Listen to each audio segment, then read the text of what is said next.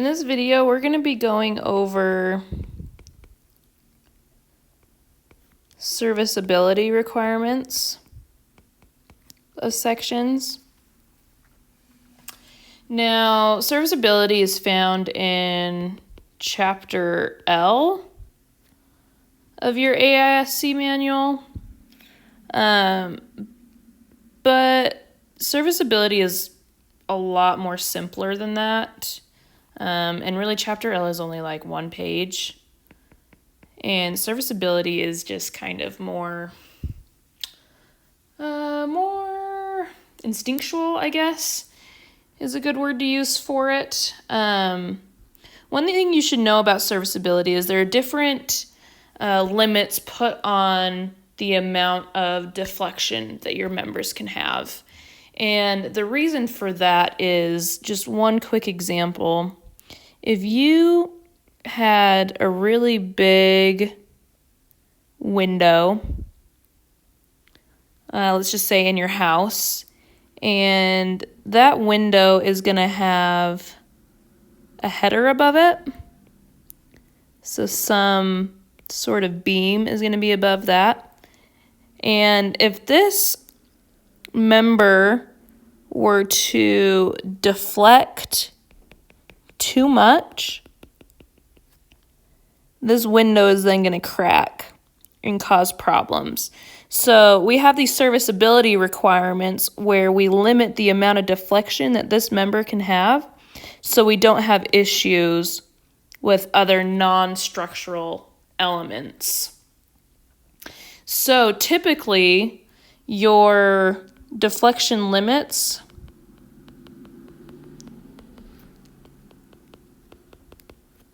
are going to be L over 360 for live load and L over 280 for total load. And all that means is you're going to take the length of your member, that's what that L is, divide it by 360 or 280, and then that is going to be the amount of deflection that your member is going to be allowed to have. So, in order to calculate your actual deflections,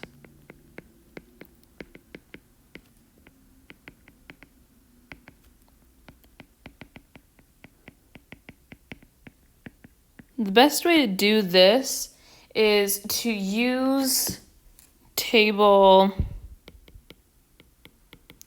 3-23, and it will give you a ton of different loading scenarios along with their max deflection.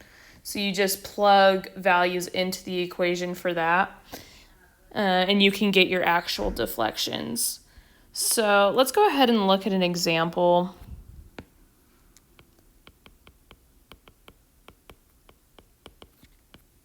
Let's just say we have this beam here. It's got a length of 10 feet. And we'll put some loading on it.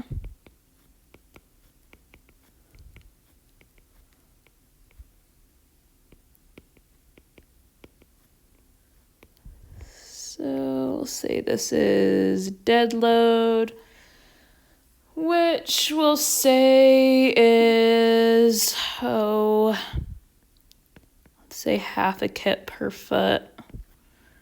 And this is going to be your live load, and we'll just say that's 1 kip per foot. So the first thing you're going to want to do, let's define what this beam is. Let's say it's an I section, and we'll say it's a W24 by 62. So the first thing you're going to want to do with this example is find your total load. And again, if you're using LRFD, then you're going to use your load factors. So your omega total load is going to equal 1.2 times dead plus 1.6 live. 1.2 times 0.5 kip per foot plus 1.6 times 1 kip per foot. We're going to get a total uniform load of 2.2 kips per foot. And so now that we've got that, we can go ahead and determine our live load deflection and our total load deflection. So for a uniform load, if we look at table 323, we can see that the equation for deflection is going to equal 5 omega L to the fourth all over 384 EI. So if we were to find our live load, then this here is going to be our uniform live load. But if we want our total load deflection, then we're going to use our total load uniform load there. Now, for either case, if we look at this equation here, we know our uniform load, we know our length, we know our E, but we don't know our I yet. So we can go ahead and look up I in table 1-1, and we're going to use strong axis bending because our section is oriented this direction. If it was rotated 90 degrees, that would be weak axis bending, and we would want to use our IY value, but because it's strong axis bending, we're going to use IX. And we pulled that off the table as being 1550 inches to the fourth. So now we've got all the information that we need to calculate our total load deflection and our live load deflection. So total load, we're going to have 5 times omega total load, which we just calculated as 2.2 kips per foot. Now we need everything to be in inches because this is going to be in inches and also our E is going to be in inches. And then we can get everything, and then we can get our deflection in inches, because you could switch everything to feet, but in the end you're going to end up changing it to inches anyway because your deflections are so small that having a decimal version of feet really isn't going to mean anything to you. It's going to mean more to have it in inches. So to do that, we know that we need feet on top, so it'll cancel out here, and inches on the bottom, so there's 12 inches in 1 foot. So we've got that there. And then our length was 10 feet. And we've got to convert that to inches as well. And we know there's 12 inches per foot. Again, feet are going to cancel out. And that whole thing is going to be raised to the 4th power. Divided by 384 times E, which is 29,000 KSI. And then our I was 1,550 inches to the 4th. And you plug all of that into your calculator.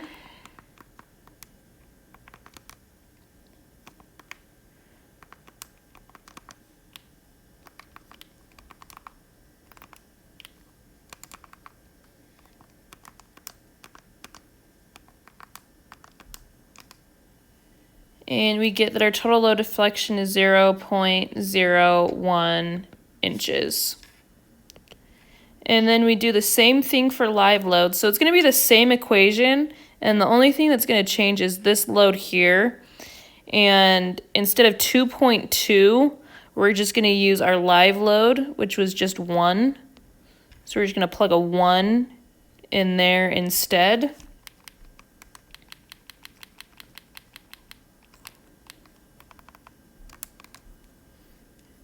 And so when we do that, we get a deflection of 0.005 inches. All right, so these are our actual deflections. So now we need to calculate our limits. So for our total load limit, it's equal to L over 280. So that's 10 feet. Again, we've got this in inches, so we need this to be in inches. Feet will cancel, you'll be left with inches.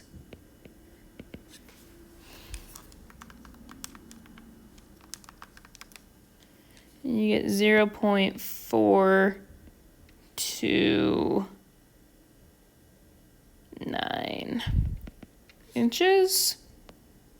And then for our live load limit, L over 360, it's 10 feet times 12 inches per foot, all divided by 360.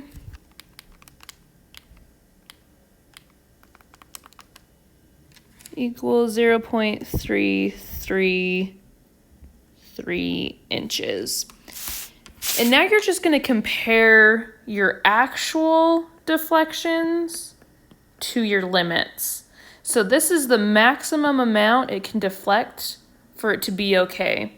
So if we look at our total load deflection, we can see that delta TL, which is 0.01, is less than our TL limit. Therefore, that is okay for design. And then we can compare our live load, which is 0.005, and that's going to be less than our limit of 0.33, which is also okay. So this design is acceptable for serviceability limits.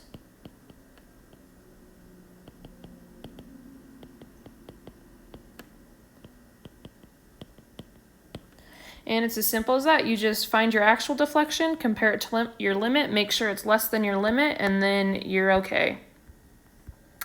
If you have a specific question on any homework that you're working on, you can head over to our homework help page. Or if you want to sit down and talk through it, head over to our tutoring page and schedule an appointment.